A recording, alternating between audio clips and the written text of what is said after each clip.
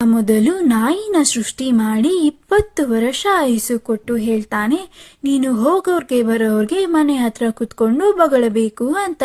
ಆಗ ನಾಯಿ, ನಾನು 20 ವರ್ಷ ಇದೇ ಕೆಲಸ ಮಾಡ್ಬೇಕಾ? ನನ್ನ ಕೈಲಾಗಲ್ಲ, ನನಗೆ ಕೇವಲ 10 ವರ್ಷ ಸಾಕು, ಉಳಿದ 10 ವರ್ಷ ನೀನೇ ತಗೋ ಅಂತ ಹೇಳಿತು.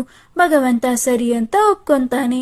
ಅನಂತರ ಕೋತಿನ ಸೃಷ್ಟಿ ಮಾಡಿ ಕೋತಿಗೂ ಕೂಡ 20 ವರ್ಷ ಆಯುಸ್ಸು ಕೊಟ್ಟು ನೀನು ಎಲ್ಲರಿಗೂ ಮನೋರಂಜನೆ ಕೊಡು ಅಂತ ಹೇಳ್ತಾನೆ.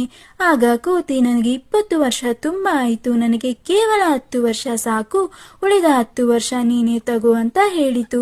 ಭಗವಂತ ಸರಿ ಅಂತ ಒಪ್ಕೊಂತಾನೆ.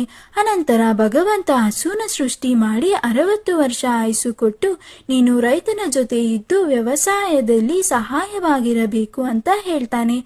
ಆಗ ಹಸು, ನನಗೆ 60 ವರ್ಷ ಅಷ್ಟು ಕಷ್ಟಪಟ್ಟು ದುಡಿಯುವುದು ಆಗಲ್ಲ, ನನಗೆ ಕೇವಲ 20 ವರ್ಷ ಸಾಕು, ಉಳಿದ 40 ವರ್ಷ ನೀನೇ ತಗೋ ಅಂತ ಹೇಳಿತು. ಭಗವಂತ ಸರಿ ಅಂತ ಒಪ್ಕೊಂತಾನೆ. ಅನಂತರ ಭಗವಂತ ಮನುಷ್ಯನನ್ನು ಸೃಷ್ಟಿ ಮಾಡಿ 20 ವರ್ಷ ಆಯುಸ್ಸು ಕೊಟ್ಟು ಆರಾಮಾಗಿ ಆಟ ಆಡ್ಕೊಂಡು ಕಳಿ ಅಂತ ಹೇಳ್ತಾನೆ.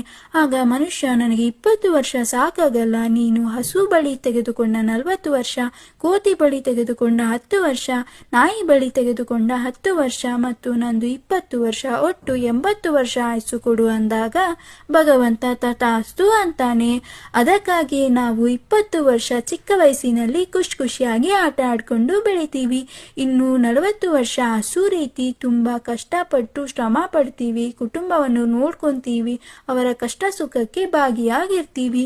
ಇನ್ನು 10 ವರ್ಷ ಕೋತಿ ರೀತಿ ಮೊಮ್ಮಕ್ಕಳ ಜೊತೆ ಆಟ ಆಡ್ಕೊಂಡಿರ್ತೀವಿ. ಇನ್ನು ಕೊನೆಯ 10 ವರ್ಷ ಮನೆ ಬಾಗಿಲ ಹತ್ತಿರ ಕೂತ್ಕೊಂಡು ಹೋಗೋರ್ಗೆ ಬರೋರ್ಗೆ ನಾಯಿ ರೀತಿ ಬೊಗಳ್ತಾ ಇರ್ತೀವಿ. ಇದು ನಮ್ಮ ಜೀವನದ ಸತ್ಯ. ನಿಮ್ಮ 20 ವರ್ಷ, ಒಟ್ಟು 80 ವರ್ಷ ಆಯ್ಸು.